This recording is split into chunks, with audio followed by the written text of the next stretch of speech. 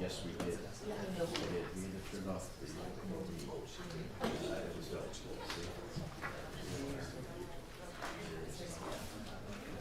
well, they're all here, of course, we should see it fully.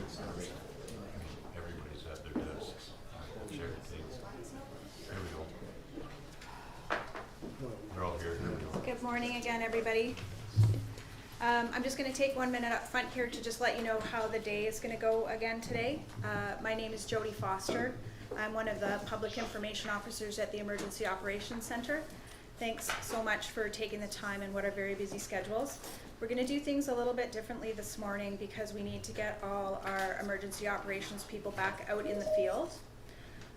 So if I can start by asking anybody that's online to make sure that your cameras and your mics are off until you have notification that it's your turn to speak, that would be great.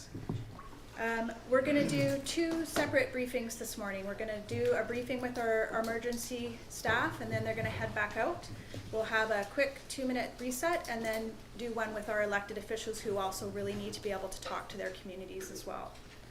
At the end, we'll give you the suite of speakers, and then at the end we'll take questions. And we'll take questions by speaker just so that we're not jumping back up and down in this room. Usual, stay on the line of the weather. You idiot. People online, can you please make sure that your speakers are off? And we're just waiting 1 second here until the live stream is ready to go, and then we will be able to start.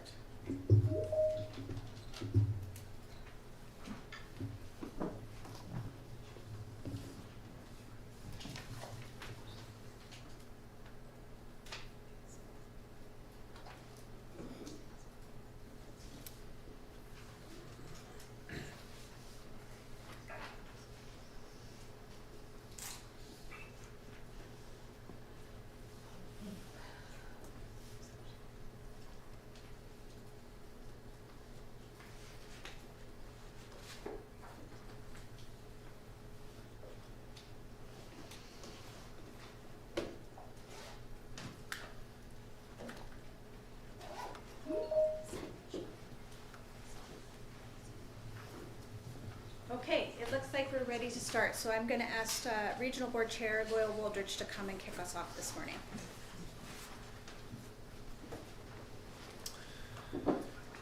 Thank you, Ms. Foster. Hello, everyone. And as noted, my name is Loyal Wooldridge. I'm the chair of the Regional District Central Okanagan, the Emergency Operations Center, one of the services that we provide in the Central Okanagan region. Before we begin, I would like to take the time to acknowledge that we are gathered today on the traditional, ancestral, unceded Tabulao of the Syilx Okanagan people who have resided here since time immemorial.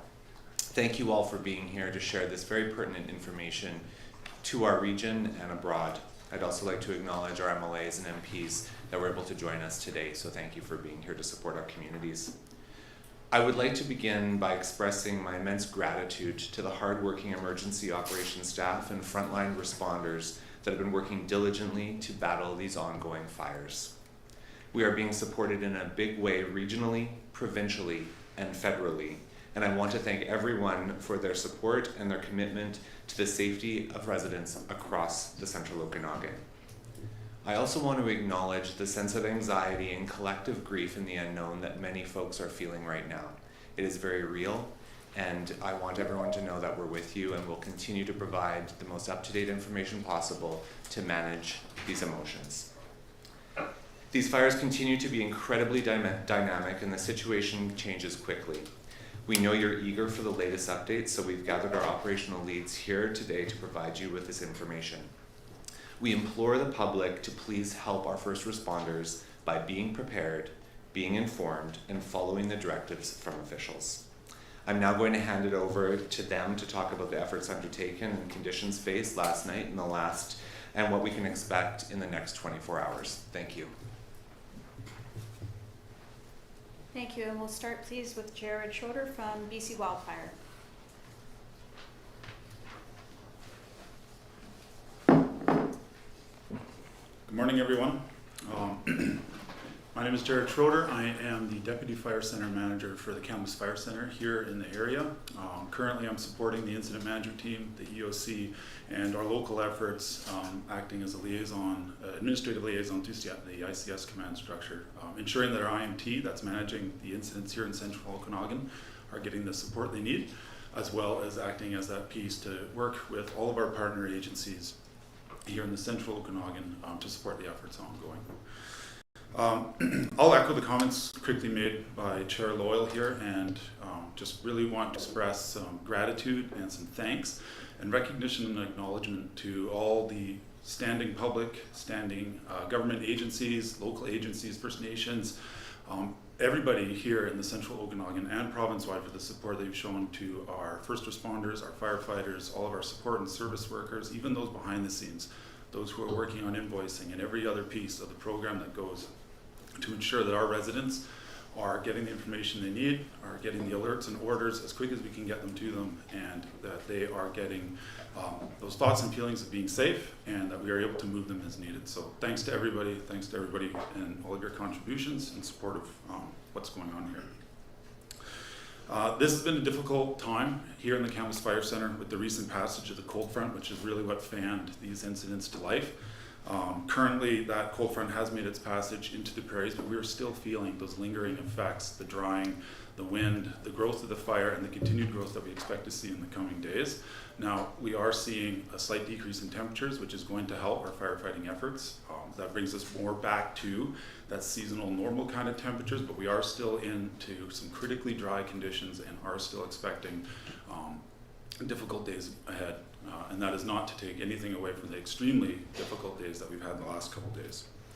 Last night we had a number of overnight operations ongoing with BC Wildfire Service crews and our partnering agencies here across the region. Their efforts are primarily focused on following the fire front and supporting evacuations and structure protection efforts as needed. Today that fight continues. We've got resources in the numbers of over 200 here today, with more coming daily to continue to support those evacuation, the structure protection efforts that are ongoing, and as well providing those supports to the residents here in the Central Okanagan. Unfortunately, smoke conditions do still linger. They are a little bit lighter this morning, but we anticipate to continually deal with limited visibility and limited smoke conditions here in the valley. That does not mean that our aviation assets aren't working. They currently are, and they will continue to do so as long as it is safe for them to fly, and there's objectives and work that they can be done, that they can take in order to meet the objectives we have in order to continue to provide the services that we need to provide the safety and maintain those critical egress and evacuation routes. Speaking of that, just kind of going through our priorities for the day is maintaining those egress routes for residents, as well continuing on with evacuation, providing structure protection. Both chiefs will speak to that here shortly, and I'll leave that them to speak to in more detail. Crews will be setting up that additional structural protection in priority areas and extinguishing active fire near homes. That's the priority for the day. Again, into those overnight periods, we find ourselves more in following that active fire front. There's two more things I'd really like to touch base on here quickly as we expand this incident. We are receiving, again, numerous resources from out of province as well to bolster our efforts. Our incident management team, is in place, and that those ranks have been bolstered with some out of province resources, which is a great benefit to us. We will be operating in a 24-hour operations cycle as we have been. Going forward, I really want to stress the real successes that we've seen from a real operational standpoint in how we've been able to connect with every partnering agency here in the Central Okanagan, whether it be structural protection, whether it be our partnering firefighting agencies, RCMP, BC Hydro, the list is endless and goes on and on. Our coordination efforts specifically with our partnering fire agencies has been absolutely excellent. We are deeply engaged at an operational standpoint in a joint response effort, and I couldn't be more proud of the efforts that our incident command structure, the Central Okanagan as a greater whole, the communities of West Kelowna, Kelowna, and everywhere else within this valley has really been exemplary, and I want to applaud the efforts of every single one of those staff. For what everybody's been able to contribute to providing safe passage, safe notice, and our ability to work in a dynamic environment across an incredibly complex network of avenues and roads and hills and backsides and front sides to do what we can to save and protect as much as we can.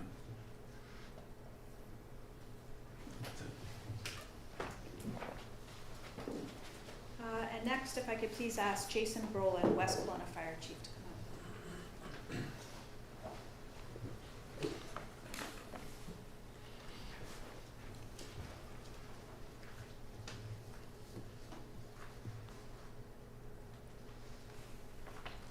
come up. Hi, good morning, everyone.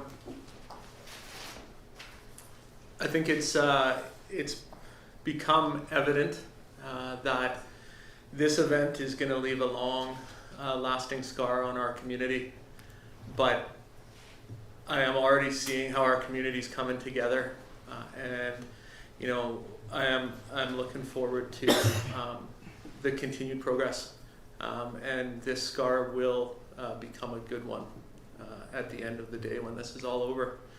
So I'm gonna take some time to share some stories and to talk about the good work that's being done out there in the field. I don't have a lot of specific numbers, but we have great people who can get those for you. Today on the ground, we are an army out there.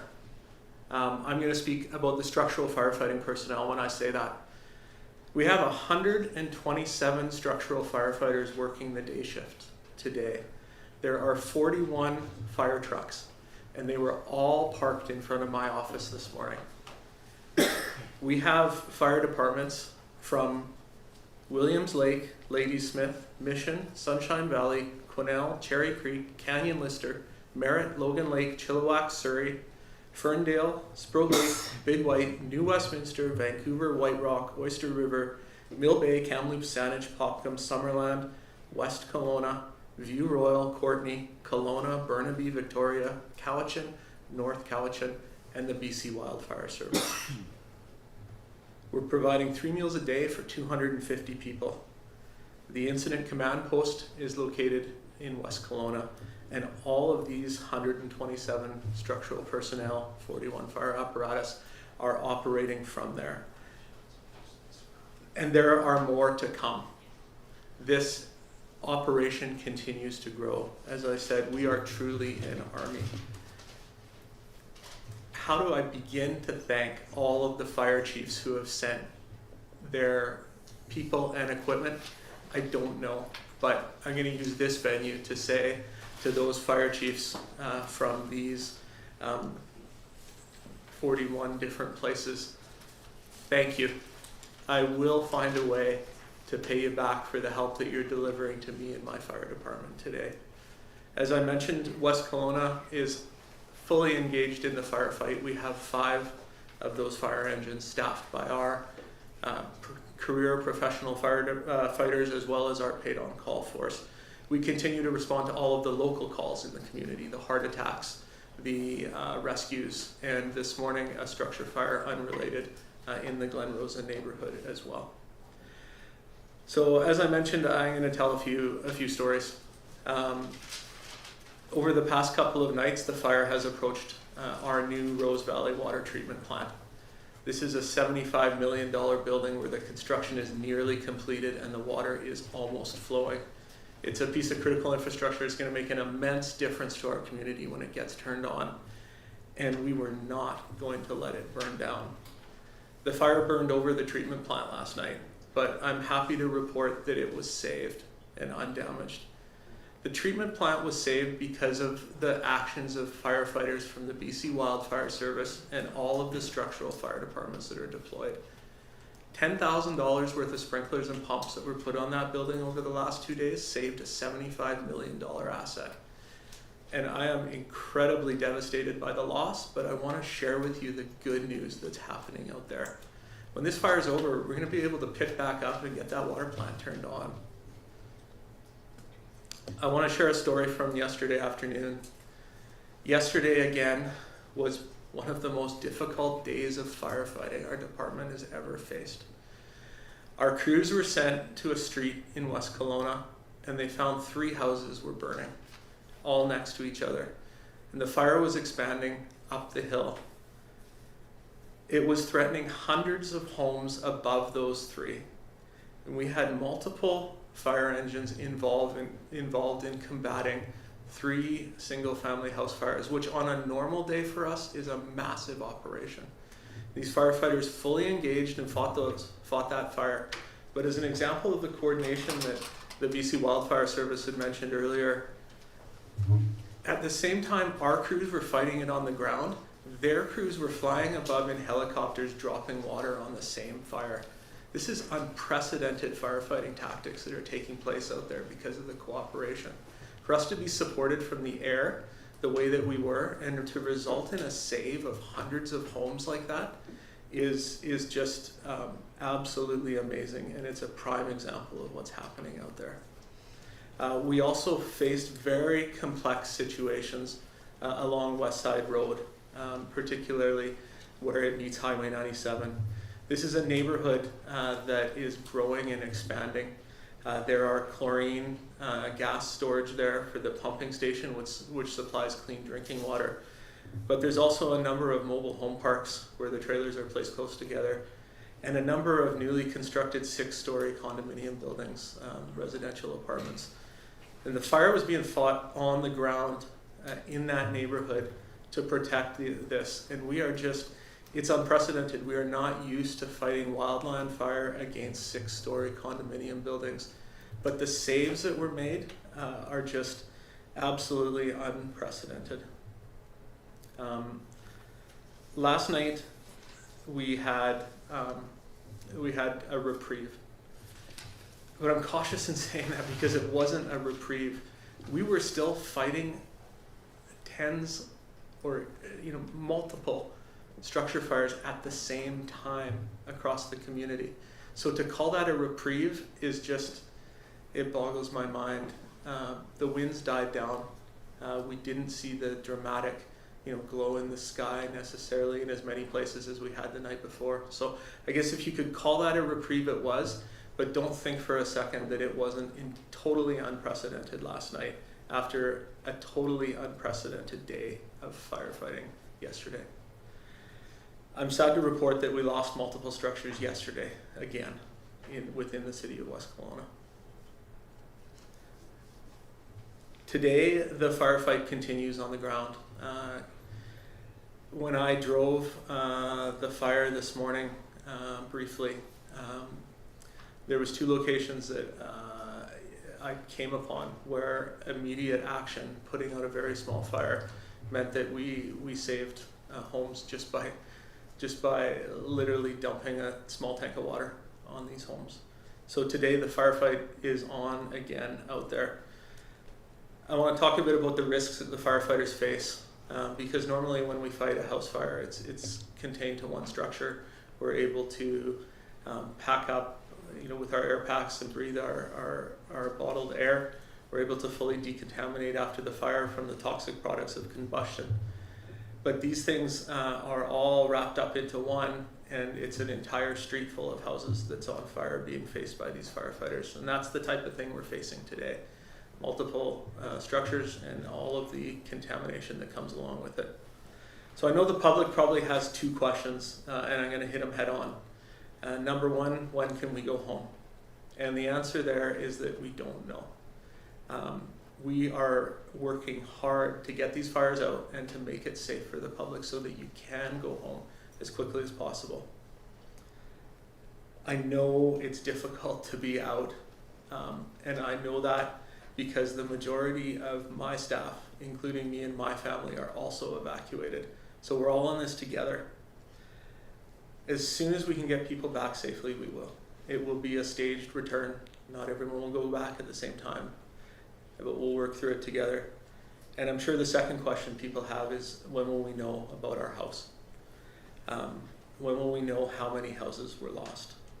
I don't know that number. And I don't know that number because I haven't been able to go in and see it yet. We will start counting the number of houses when we stop fighting the fires that are burning today. As soon as we know, we'll share the information. We'll find a way to do it so that people get an official notification and they're able to begin to process it. To that regard, we are working today, immediately following this meeting, to begin to talk about building a dedicated force to go out on the ground and start to identify homes that were lost, and exactly what is happening out on the ground. But people need to understand that many of these areas aren't safe. There's power lines down, there's still fires burning in these places, there's all of the toxic hazards that are associated with a house that's burned down. We have to make sure that danger trees are assessed and fallen so that they don't fall on the staff that's out there trying to determine which homes are lost. So these are very complicated situations, but we're working diligently on them. I just ask for continued patience. So I want to talk a bit about a challenge that we're having today, and that is that there is a water outage in the Rose Valley neighborhood. The city of West Kelowna is announcing a do not consume order for all of the Rose Valley water system. Not all of the community, but for all of the Rose Valley water system, except for Sunnyside and Pritchard. Those remain on a boil water notice.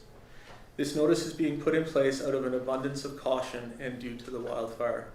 The city is also immediately implementing stage 4 watering restrictions across the community. That means no outdoor use of water.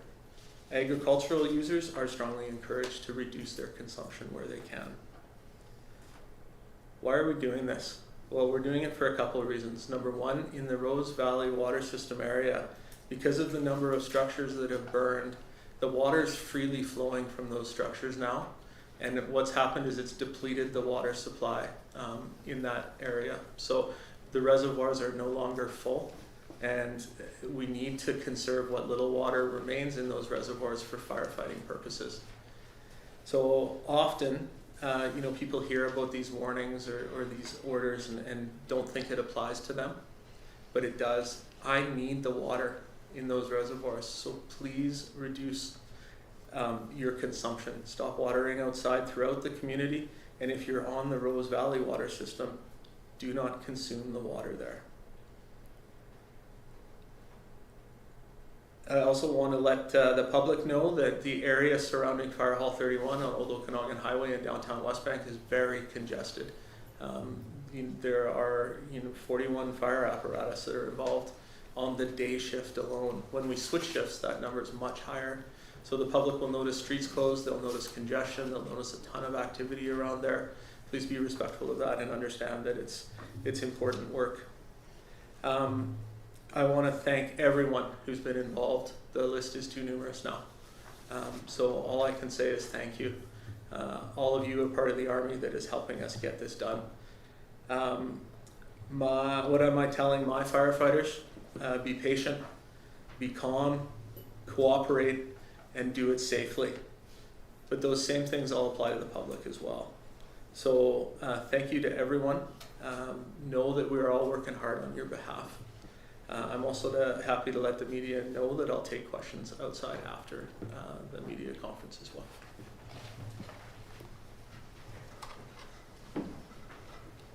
Thank you, Chief Brolund, and if we could ask Travis Whiting, the Kelowna Fire Department Chief, to come up next.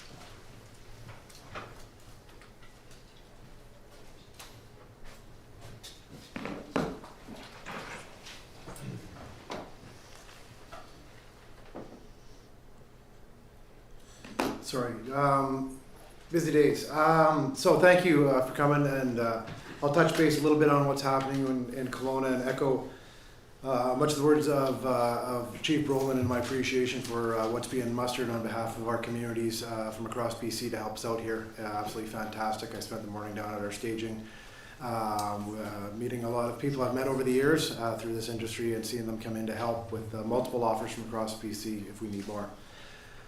Just a little update on fire activity overnight, both in Kelowna and in District of Lake Country. There was continued fire activity, significant fire activity, and significant fire response working through the night operations. Chief Lee isn't here with us right now. I'm in constant communication with him, and I can say that we're moving assets back and forth between the two of us. We have a really good structure, especially today, that we've been able to implement to ensure that the greatest need is being handled by the best resources for that fire, and we've got a good system in place. As Jason noted, a ton of resources coming into town today. We're staging them and then putting them into a place of greatest need.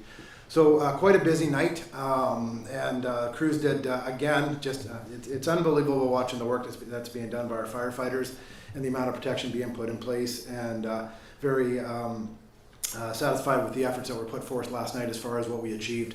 Coming into today, still a lot of fire activity for the city of Kelowna. The fire moving north is being worked on in conjunction with assets from Lake Country up towards the north end of Glenmore. We're also working with BC Wildfire, obviously, and we have fixed wing and helicopters helping with that battle as well. On the south end of the fire, we have a bunch of assets being put in as far as structural protection and sprinkler systems into the Wilden area to ensure that we have that whole area hardened if that fire turns back on us in the coming days.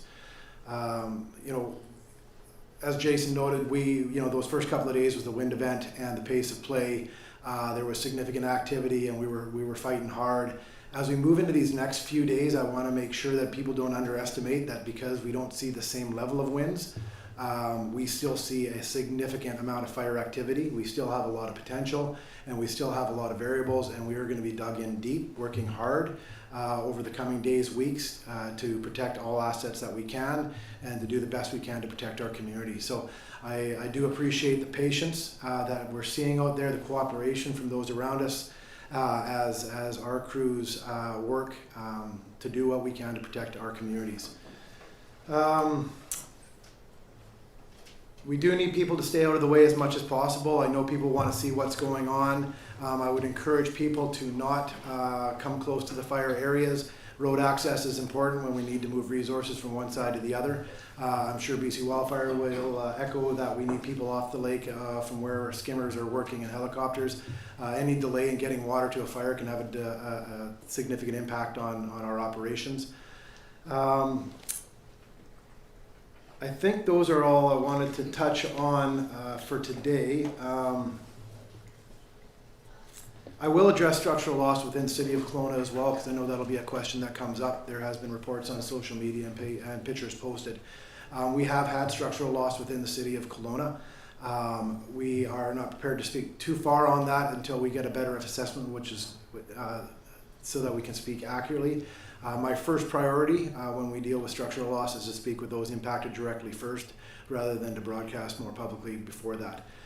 We have contained the structural loss to that most of the area that you've seen on social media, and so we have been very, very successful in managing structural protection in the rest of the fire area at this point. But as I say, everything's subject to change based on fire behavior over the coming days. I think that's all I was going to touch on here for you, Jody. I will put a plug just so everyone, as Jason noted, the Emergency Operations Center for this entire event, for the entire Central Okanagan is operated out of a single entity, collaborating to ensure that we can move logistics, not just fire apparatus, but everything from food and supplies to mapping to all those other pieces. And I just want to put a shout out to all the people that are working in the Emergency Operations Center. They have been putting in, as we've been putting in these significant days on the ground, I have seen people in the emergency operations putting in 12, 14, 16-hour days to ensure that we get the information and logistical support that we require. And it's a critical piece of our operation moving forward. So I'll leave it at that for you, Joy. Thanks.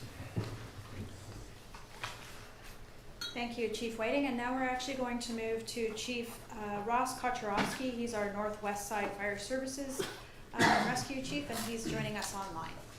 Ross, please go ahead.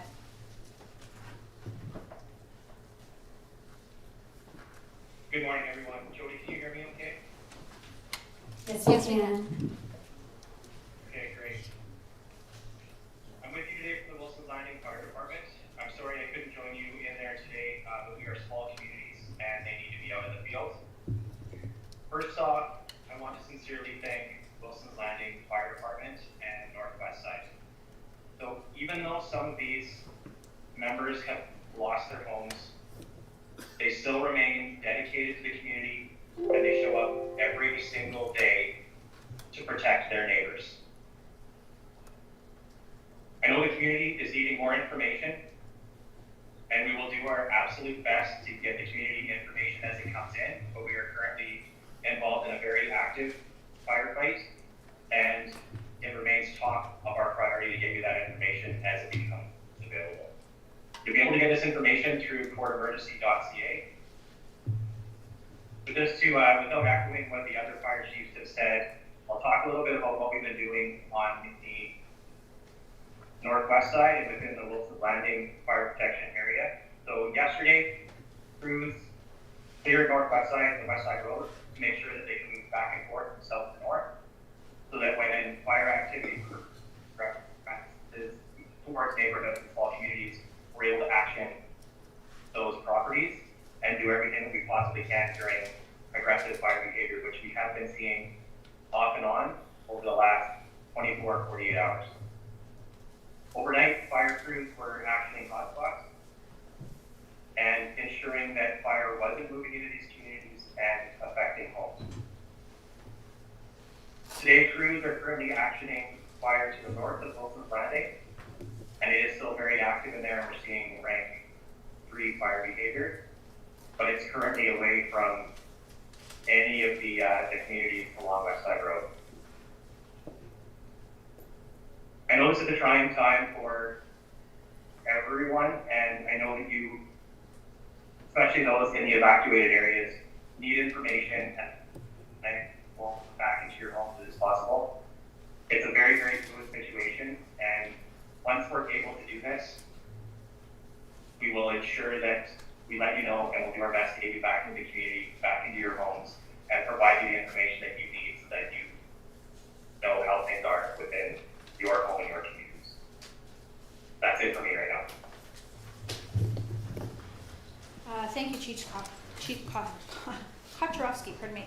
Next, we're going to ask RCMP Superintendent Kara Triance to join us.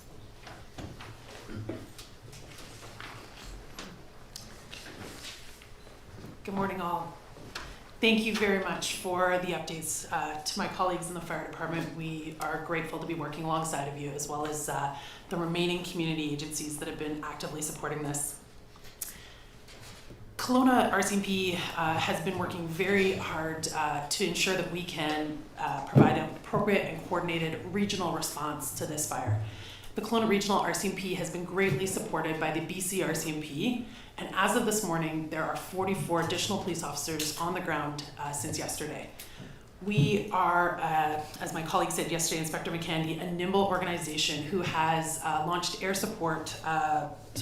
resources from the Lower Mainland to bring in officers this morning, including additional police officers as far as Vancouver Island, Lower Mainland, and North District through our support of our neighboring communities. Greatly appreciate the chiefs of police in all of those communities who have released their officers to assist us in this unprecedented fire organization. And with that, we have a few areas that I want to focus on from a policing perspective as we begin to move into a continued and sustained firefight here. I won't speak much to the fire as that has all been spoken to already in great detail this morning. But from a security perspective, we continue to support the fire chiefs as necessary with respects to door-to-door alerts and evacuations and our emergency operations center as those orders are coming out. Securing evacuation routes, static and roving patrols, as well as making sure that we can do tactical evacuations where needed as we see spot fires popping up in areas that are needing additional support. I worked throughout the night last night with our officers, and there were multiple times last night when our officers were calling into the EOC, identifying spot patrols that we could quickly get to, and really appreciated the work of those officers throughout the night. And so if we could just ask at this time and remind our community of a few things that would really help us. One is that if you are ordered to leave, you are lawfully obligated to do so. We are asking that you comply with those orders. Sending our law enforcement personnel and emergency response personnel back into evacuated, ordered areas to assist people to get out of areas is great risk to our officers and to first responders. And we're asking that you assist us in complying with that. As of this morning, we had 2 individuals trying to force their way back in to evacuated areas, and they were escorted out of that area. So please, our community safety remains our number one concern, and if you can, I will reiterate what our fire chiefs have said, and that is remain patient. We will get you back into the areas as soon as possible, but until then, I'd ask that you cooperate at the roadblocks and at the security checkpoints with those who are providing the messaging to you. We had reports of people loitering in areas and or in behind barricades or security checkpoints.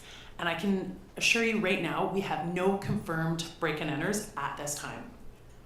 We encourage everyone to report any continued suspicious activity. We know that some people are observing activity through their home security, and we appreciate those calls to the police. If you see something, say something. You can call 911 and we will actively respond. We rely on your cooperation. Today and this morning, you're seeing a lot of increased air support from our fire as they begin to really hit those areas hard that our fire chiefs have spoken to. And I'm gonna ask from a boater perspective, if you are out on the lake, when you see emergency aircrafts in an area, you must leave. We need clearance in that lake. Our RCMP boat is actively patrolling and monitoring Okanagan Lake, and those areas will remain fluid. So if we need to shift to the south end of the lake, that area will become the area that you need to move out of. If you are on the north end of the lake and you're seeing emergency response dipping into that lake to get that water that they need to actively fight this fire, you are not allowed to be in that area. So please leave your personal crafts your personal watercrafts out of the area where we are actively fighting fires. We rely on your cooperation here. And the last thing I want to ask is we are seeing drones in the area, and I've had this multiple reports now this morning through fire chiefs, through our wildfire service, that there are drones flying through the emergency area. They are affecting our firefighting efforts. If a drone is in the area, you will ground a helicopter. We need that airspace. So it is illegal to fly a personal drone in an emergency situation where we are fighting fires. Please keep your personal drones out of the area so we can actively fight this fire, be nimble, be able to respond as we need to, and redirect that air support to wherever it's needed. That cooperation is greatly appreciated. And as we continue, I just want to mention that our BC RCMP will work with us throughout the day as we continue to brief on sustained and a scalable plan to ensure that our local officers are relieved of duties and getting adequate rest throughout this. We know that this is not a quick and short operation, and so we begin to put those plans in place right now and are ensuring that we have officers coming in and out of our community to continue to support operations. A lot of our police officers have been impacted by these evacuation orders as well, and we'll continue to support them through that. So thank you very much for your support in our law enforcement and firefighting personnel.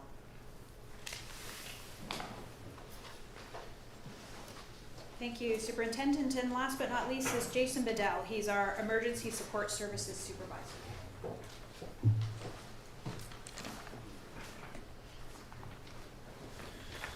Thank you everyone for being here today. I must start by recognizing the amazing outpouring of support from the community to our evacuees. It's been nothing short of staggering. Whilst we are more than appreciative of all the perishable food donations that are being dropped off at our support locations, it can be quite challenging to manage that. We would ask that those who are able and willing to donate to start thinking about donating to organizations such as the Food Bank or our local nonprofits. We work closely with them and we're able to support logistics through them. I completely understand that this is an extremely challenging situation for everyone involved. This incident is rapidly changing. I have to thank our evacuees for their patience. I've been on site every day now and I've observed it myself. The thankless work that's being done by our volunteers has to be celebrated. They continue to work through such an immense workload. I'm happy to say that we have secured provincial resources who will be available to us to increase our volunteer capacity over this weekend and the coming week, both through training of volunteers and through physical supports. Royal LePage Arena, located at 2760 Cameron Road in West Kelowna, was reactivated this morning at 9 a.m. ESS volunteers are available to those who are evacuated for registration and supports for referrals. We have activated our group lodging location at Prospero Place, which is located at 1223 Water Street in Kelowna. We supported approximately 134 evacuees last night.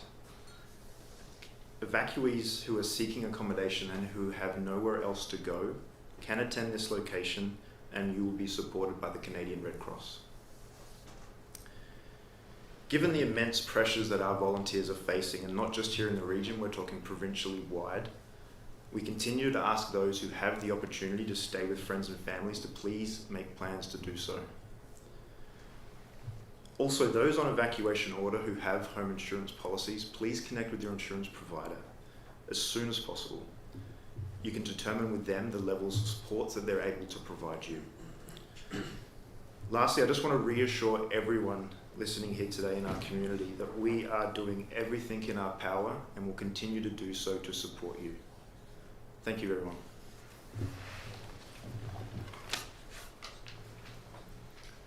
Thank you, Jason.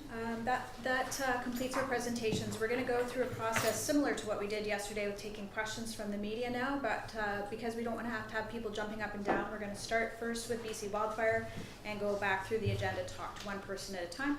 So if I can ask Jared to come back up to the front, and if there's any questions for BC Wildfire, if you can step to the podium, and Haley will help to coordinate online. So Claudia, that'll be you first, and if you can just make sure you push the button in when you're speaking, and then push it again when you've stopped speaking, and we'll just take one question at a time from people. I'd like to get a sense of the fire activity overnight in McDougall Creek. It is being estimated at 10,500 hectares, but I know that it is a lot larger than that. I know visibility is making sizing it and mapping it quite difficult. Can you give us a sense of the growth and what kind of fire activity we saw overnight and what we're expecting throughout the day? Sure, and you're absolutely right. 10,500 hectares is an estimate. It's likely larger than that, so correct. Due to visibility and other challenges, we just simply haven't been able, primarily due to smoke, and I'll be honest, priorities of, like Chief Brolund mentioned, our primary priority of providing that direct support to firefighting efforts.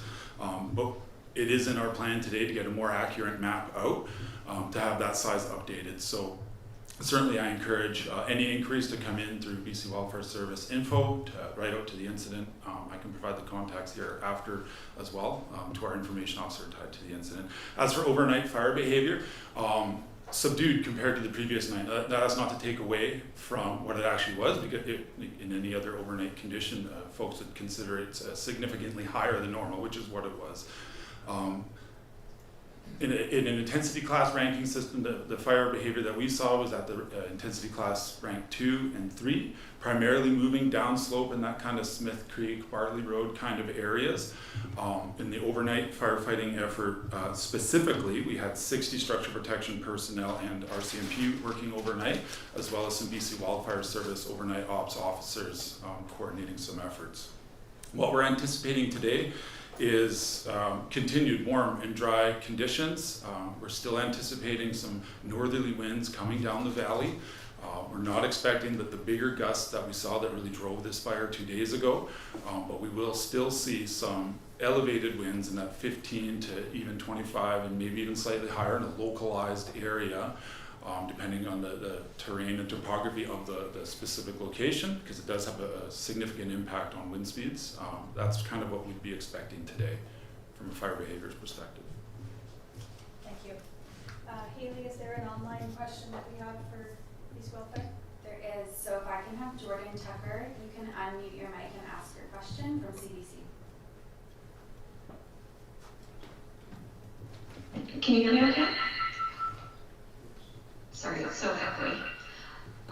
So I was just hoping to have an update on the road conditions in and out of the area. And if you could turn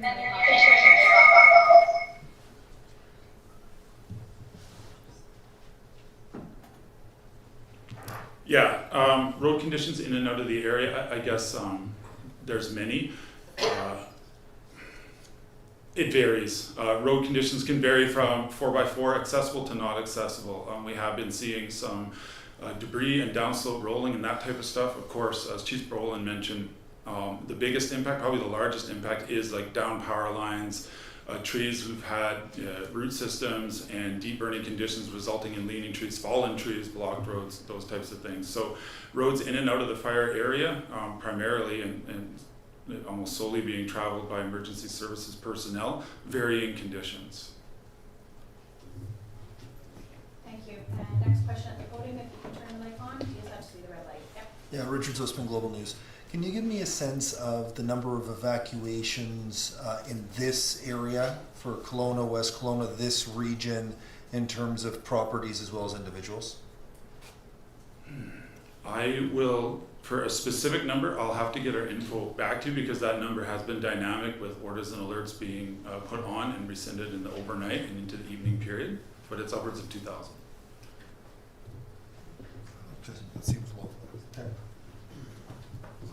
Just let me double check there's anybody else online. Nope. Okay, please go ahead. Cindy White from Castanet News. The forecast today, we have a high of 26. It's back up to 30 tomorrow. Is this the day that you need to get things done? In the context of our last few days and the extreme temperatures we've had over the last week in the drying trend, today would affectionately be called a good firefighting day. You know, those temperatures in the high 20s, mid 20s, you know, our humidities are still down in the critically low ranges in the mid-teens to kind of around there. Those are still very good burning conditions, but in the context of the Okanagan Valley here, today's a good firefighting day. And in the overnight period, we've had a number of BC Wildfire Service crews be repositioned and mobilized from the province down to here to continue and bolster our efforts. Our daytime firefighting numbers are over 200 for personnel on the ground. I failed to mention this in the initial part, but we're also mobilizing line locators and beginning the construction of heavy equipment, control lines and containment lines as well today. So to reinforce your point, yeah, it's a good firefighting day. It's a day where we can roll equipment and crews and have them feel confident in some of the efforts that they're doing out there.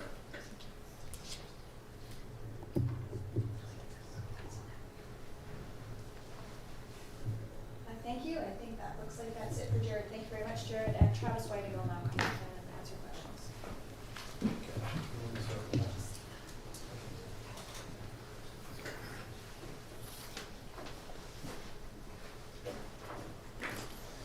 Just real quick in relation to evacuation orders and alerts, those are managed through the Regional Emergency Operations Center and are mapped. And as always, I really encourage people to go to courtemergency.ca. It has absolutely the most accurate and timely information. It's where all the information originates, and the mapping there can be zoomed down to the address level. So if you have questions around your own property being evacuation alert, it's the most efficient and effective way to get information on that. But it's also where it's also the official source of information regarding alerts and orders. As far as numbers right now, it appears that we have, I'm assuming those are properties, Jody? Property, 10,700 roughly homes under order across the region, and about 9,500 homes under alert across the region. Again, as noted, a dynamic situation, but it's been stable, this morning so far. Thank you. We'll go to the podium for questions for Chief Whiting.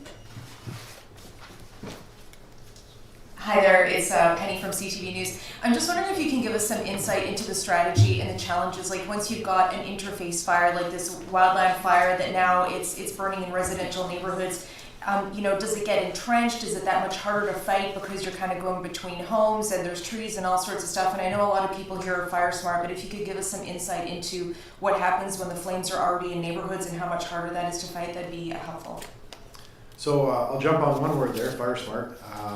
Obviously significant, and any efforts that were made prior to this around fire smarting people's homes has been beneficial to my crews. It certainly, when homes are not fire smarted, it creates a more complex challenge for us to navigate. These types of fires are different than our day-to-day for sure as structural firefighters. We're used to working off roads and driveways and in urban areas. However, City of Kelowna firefighters are very much trained, as are the structural departments across this region, trained in wildland firefighting. So it is something that in the Central Okanagan, given the risk we have, we do a lot of specialized training to ensure that we're comfortable working in the interface in the WUI areas. As well, we carry through the summer a large contingent of specialized gear that matches what BC Wildfire does, so we can work interoperably with them. When it comes to actually fighting these fires, it's one of those ones where everyone has their part. Our structural crews have a role to play within structural defense and protection, and BC Wildfire works with us more in the black and in the areas of the wildland, and we kind of meet up together where they interface. So it's a bit of a seamless thing. It is a very coordinated effort, and as Jason noted, then you bring in air support, which is incredibly efficient and effective for us in these operations. So yeah, it is different, but it's not something we're not ready for or trained for. Our crews are trained and experienced and ready to go on these types of events. Thank you. Amy, do we have anybody online that would like to? No. Is there anybody else that would like to ask a question of Chief Whiting? Okay, we'll swap these spots, please. Chief Brolund.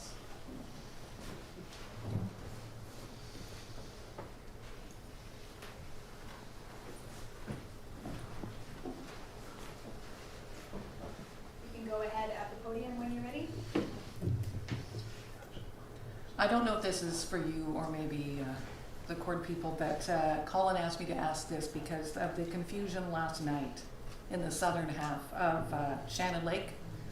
The evacuation order went on, then it came off, it was an alert. Some people tried to go back, RCMP turned them around.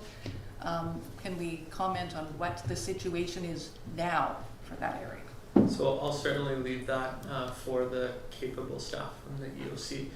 But what I will say is that the ask from the field, from me as in unified command with the Wildfire Service of our EOC, is unprecedented. Like, to continually stream a rapidly growing evacuation alert and order over a number of hours with a fast-moving fire is a very complex operation. And what these guys are getting from me is often, you know, a line marked on a map with a Sharpie marker saying, I got to get this out and I need to do it now. And that's being sent, you know, through technology over to the EOC. And they put it, no doubt, on the pile of previous requests that I had sent in, you know, in the previous hour, that they are still working through to process. So, you know, it should be said that we have a very sophisticated and well-evolved emergency program, but the things that we're asking to be done are really on a scale that that is pretty unprecedented. Thank you, Chief Brolund. Is there anybody online that would like to ask a question of Chief Brolund? No. Anybody else in the audience that would like to ask a question of Chief Brolund? Okay, thank you very much, Chief Brolund. We're going to go now to Chief Kotrovsky of Northwest Side.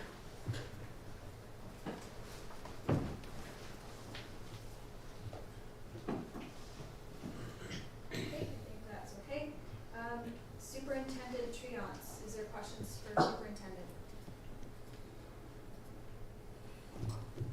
And last but not least, maybe we've just done such good information to hear today. That's amazing. Is there any questions for our emergency